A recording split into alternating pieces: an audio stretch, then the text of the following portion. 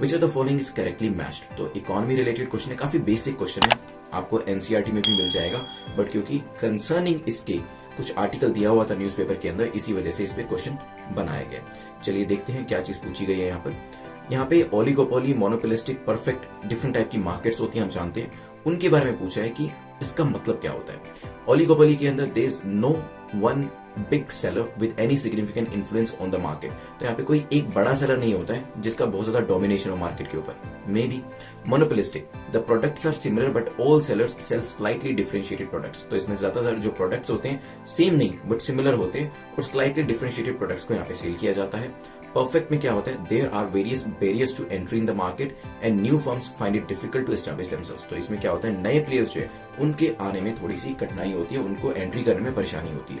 सोचिए फिर डिस्कस करते हैं। चलिए देखिए, जब हम परफेक्ट मार्केट की बात करते हैं, जिसे परफेक्ट कंपटीशन भी कहते हैं, so there is no one big seller with any significant influence on the market, क्योंकि कोई भी बड़ा प्लेयर इसमें नहीं होता है। परफेक्ट कंपटीशन ऐसा ही तो होता है। परफेक्ट कंपटीशन किसे कहेंगे, मान लीजिए मैं कहता हूं कि आपका और आपके जितने भी फ्रेंड्स हैं उनका परफेक्ट कंपटीशन है, क्योंकि आप सभी ऑलमोस्ट बराबर की कैपेसिटी के हैं। अगर बराबर का स्किल है, बराबर की कैपेसिटी है, बराबर की इंटेलिजेंस है, तो डेफिनेटली वो एक परफेक्ट कंपटीशन कराएगा।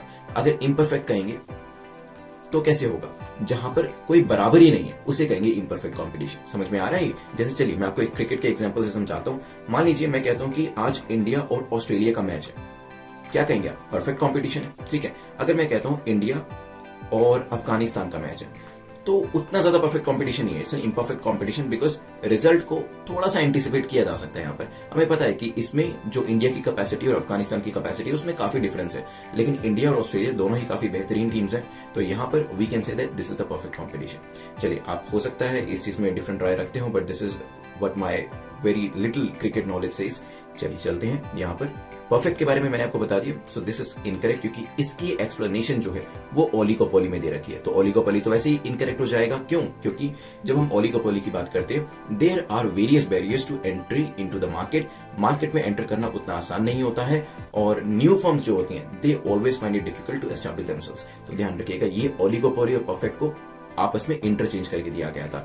मोनोपोलिस्टिक तो हम कहते हैं, काफी आम भाषा में भी मोनोपोलिस्टिक हम यूज कर लेते हैं कि उसने अपनी मोनोपोली बना रखी। क्यों? क्योंकि इसके अंदर जो एक व्यक्ति होता है उसकी ज्यादा चलती है। तो यहाँ पे जो प्रोडक्ट सेल किए जाते हैं they are of similar nature, but उसमें थोड़ा थोड़ा डिफरेंस जो होता है वो हमेशा से प्रोडक्ट्स के बीच में रहता है।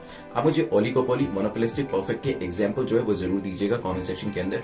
चाहे तो जो आजकल की फर्म्स हैं जैसे फेसबुक है, ट्विटर है, या फिर रिलायंस है, जियो है, इन सब के एग्जाम्पल देंगे तो और भी अच्छे से आपको ये चीज हमेशा याद जाएगी। आप कमेंट सेक्शन में आंसर करिएगा और मैं कोशिश करूंगा ज्यादा से ज्यादा लोगों को रिप्लाई करने की कि कौन सा आंसर सही है और कौन सा नहीं है। डेफिनेटली कोशिश करूंगा कि आंसर को पिन भी कर दूं इस चीज के लिए। चलिए चलते हैं, यहाँ पर हमने डिफरेंट टाइप्स की इकोनॉमीज जो थी उसके बारे में पढ़ लिया है।